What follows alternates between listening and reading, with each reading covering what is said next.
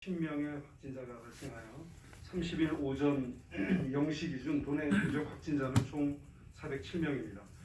12월 들어서 326명의 확진자가 발생했고 최근 일주일간 103명의 신규 확진자가 발생해서 일일 평균 14.7명을 기록하고 있습니다. 전주보다는 감소한 수치지만 여전히 안심할 수 없는 그런 상황입니다. 어제 추가된 확진자 10명 중 8분은 격리 중 확진 판정을 받은 사례이고 두 분에 대해서는 감염 경로를 확인 중에 있습니다. 이 두 분 중에 한 분은 입도 직후에 공항에 있는 워크스루에서 검사를 받으셨고 또 한 분은 그 말씀대로 역학조사를 진행 중에 있습니다.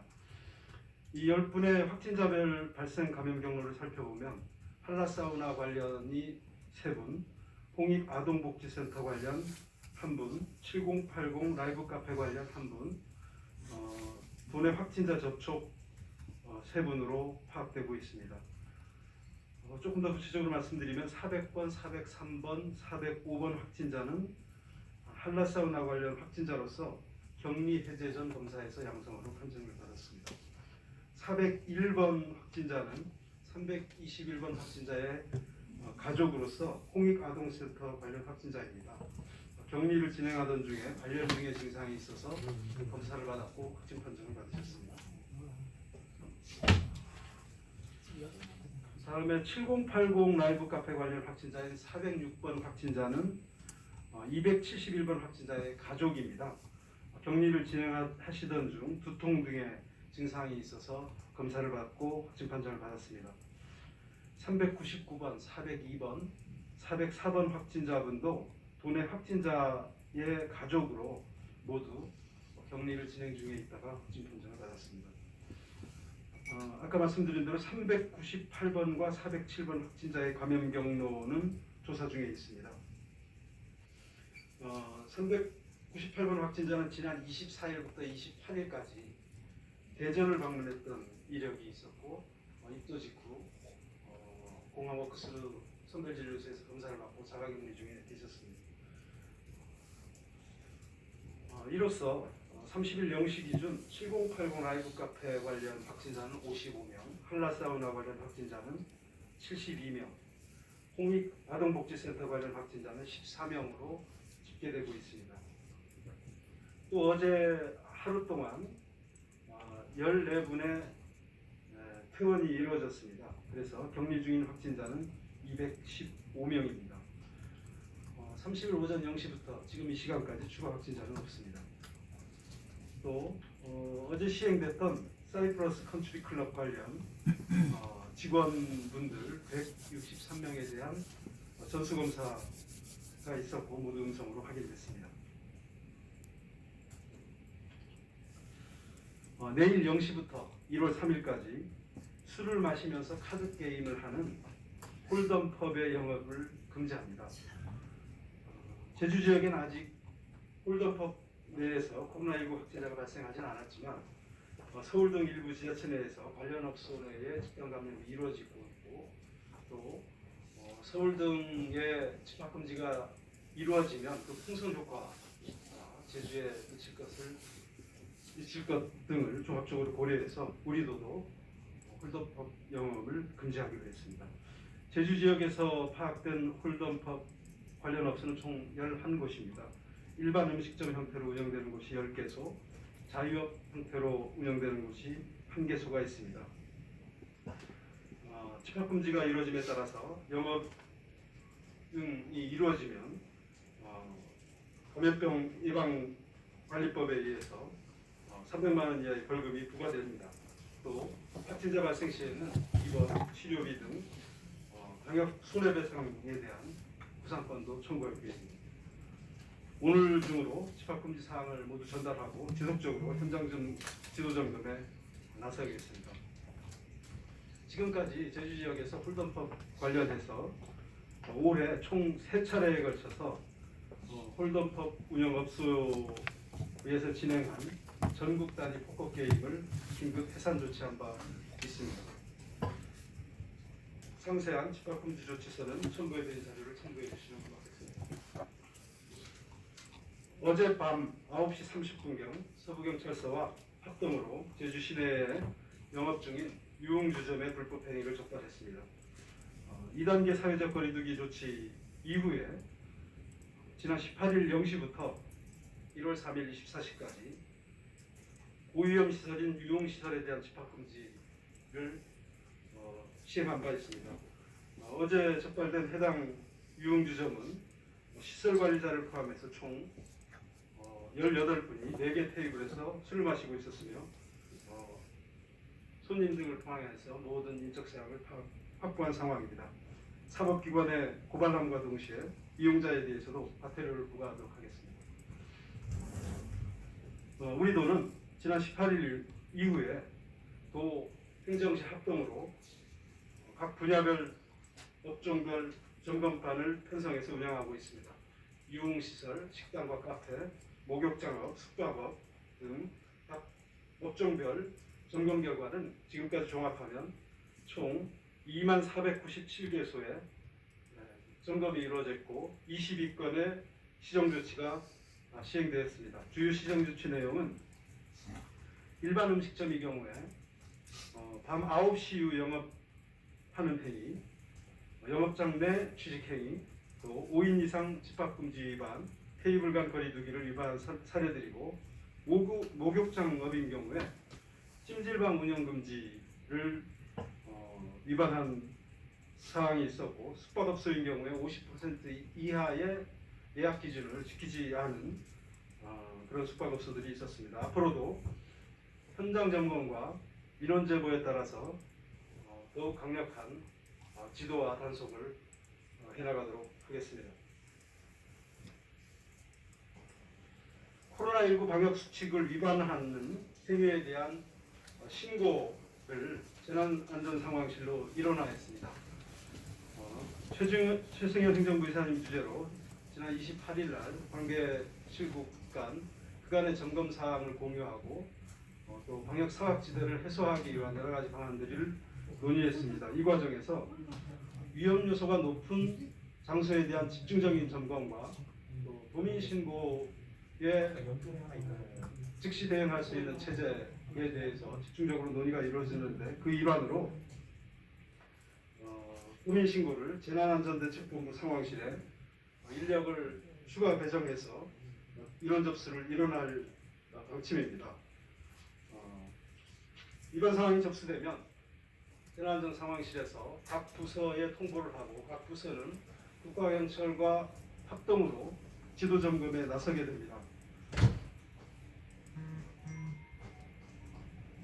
또한 이와 별도로 기동 점검반을 편성해서 운영할 계획입니다. 도와 행정시, 국가경찰, 자치경찰 관련 부서 합동으로 특별히 저희들이 확인되는 그런 동향이 있는 여러 가지 정보를 수합해서 해당 위험 행위 장소에 대해서는 긴급 단속을 실시하도록 하겠습니다.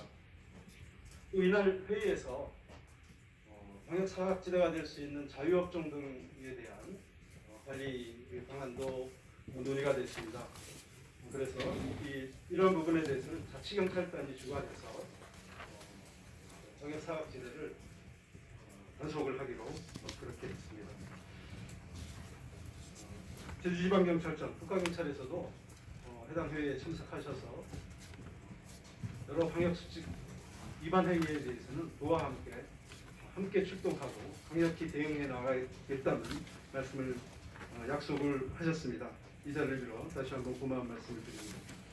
국민 여러분께서도 코로나19 방역수칙 위반 사항을 발견하시면 재난안전상황실로 064-710-3700번으로 신고해 주시기 바랍니다.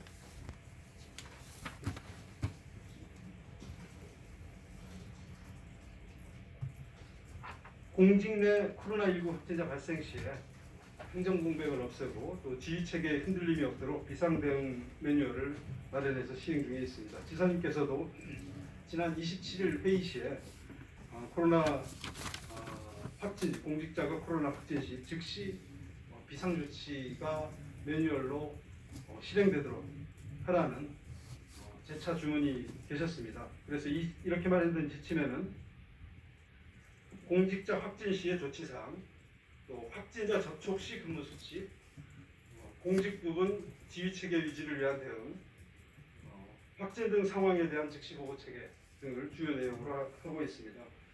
간략히 말씀드리면 공직자가 확진 판정을 받았을 경우에는 역학조사, 통보 유무에 상관없이 즉시 업무를 중단하고 자택에서 대기하고 자가격리를 해야 합니다. 청사는 최소 6시간 이상 폐쇄 조치됩니다. 공직자의 가족이나 지인 등 확진자와 접촉하는 상황이 발생할 경우에도 즉시 업무를 중단하고 코로나19 검사를 받아야 합니다. 공직 부분 공백을 없애기 위해서 노청 내 주유회의에서 지휘라인을 분리하도록 하겠습니다.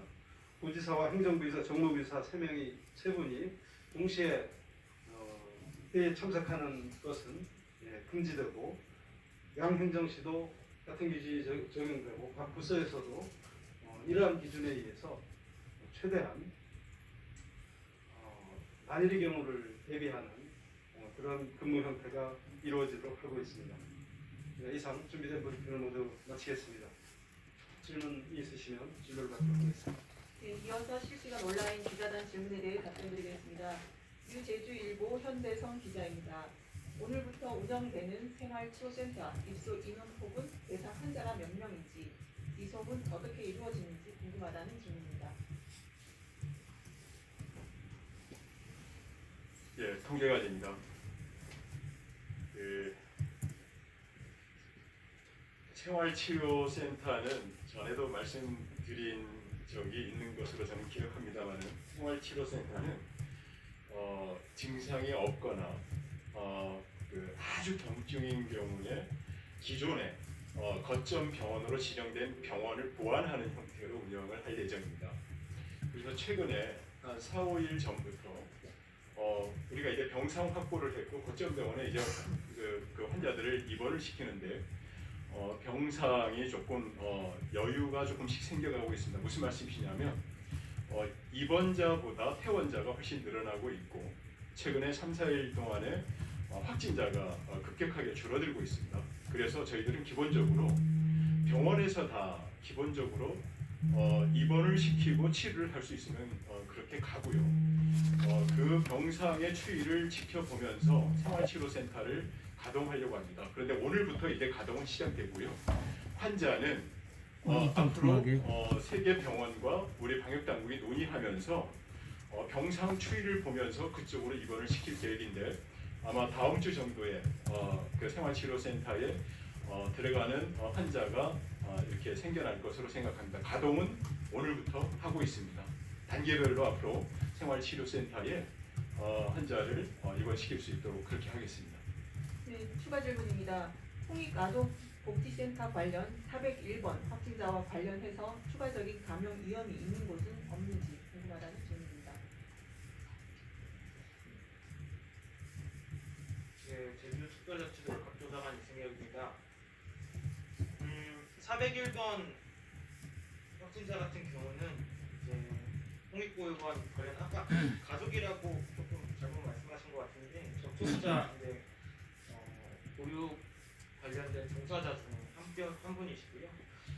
현재는 격리 중에 유증상 발생으로 검사를 한 거기 때문에 홍익보육원 외적으로 추가적인 전파가 발생하거나 그럴 것 같지는 않습니다. 그리고 지난번에도 이제 홍익보육원이 코호트 격리처럼 진행하고 있고 확진자가 발생하는 경우 같이 코호트 격리하는 이제 분들에 대해서는 다시 한번 재검사를 진행했으며 현재 확진자 같은 경우는 보육원 내에서 이제 격리하고 있지는 않았던 것으로 파악하고 있습니다. 네, 미디어 제주 훈석준 기자입니다. 사이프러스 골프장 관련 전수 검사 결과 모두 음성이 나왔는데 밀접 접촉자로 분류돼 자가격리 조치된 인원이 몇 명인지 궁금하다는 질문입니다. 현재로서 지금 163명에서 4명 정도 검사 음성이 나왔고 저희가 조사를 한 결과 캐리분들 중에서 같이 식사를 했던 사람이 있을 것으로 판단을 했습니다. 다수의 캐디 분들이 접촉을 했기 때문에 캐디 분들의 대다수에서 이제 저희가 접촉자로 판단을 하고 격리 조치에 들어갔고요. 한 번 더 저희가 검사를 함으로써 음성을 재차 확인을 해서 좀 더 안전성을 확보할 예정입니다. 네, 제주일보 김정은 기자입니다. 제주 병상 가동률은 어떻게 되고 현재 가동률을 볼 때 장비나 인력은 부족하지 않은지 그리고 가동률이 몇 %를 넘어야 포화 상태로 보는지 궁금하다는 질문입니다.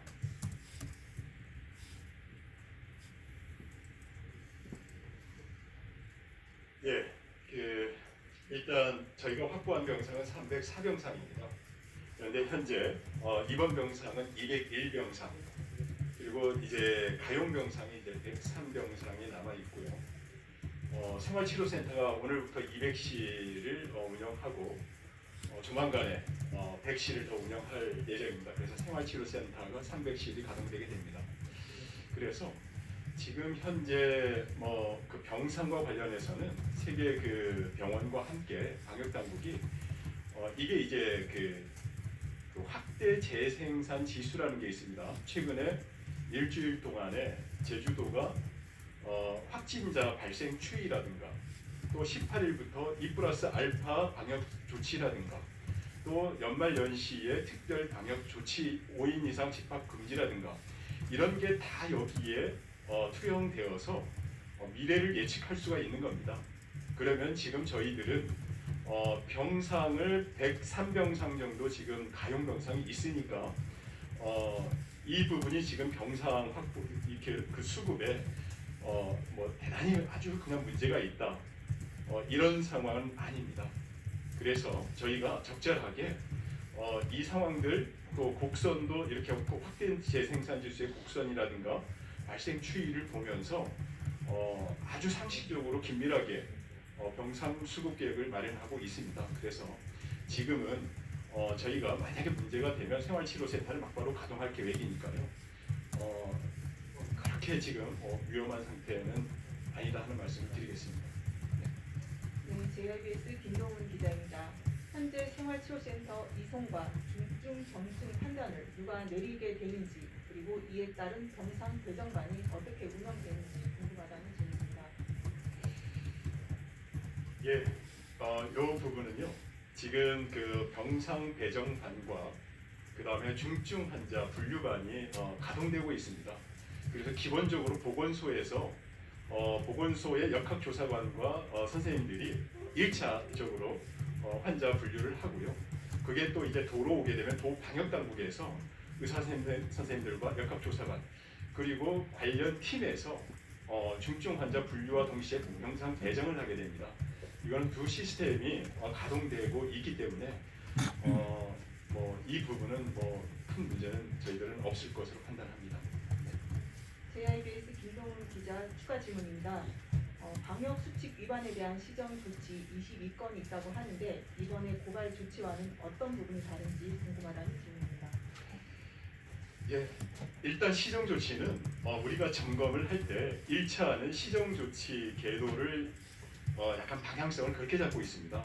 이게 아주 정말 코로나19 감염과 아주 정말 이게 문제가 그 심각할 정도로 문제가 된다라고 했을 땐 원 스트라이크 아웃제를 도입할 수 있지만 기본적으로 이런 걸 조금 이렇게 뭐라고 할까요? 좀 조금 그 어떤 그 자의적으로 어떤 의도적인 게 아니라 이렇게 약간 실수라든가 여러 가지 상황이 있을 수 있는데 일단은 시정 조치를 통한 계도를 원칙으로 하고요.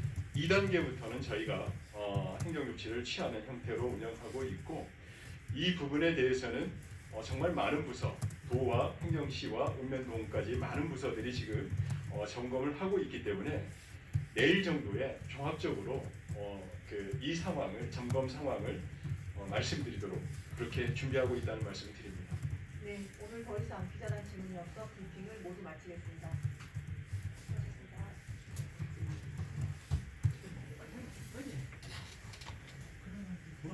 야, 누가 와요 좀. 컷.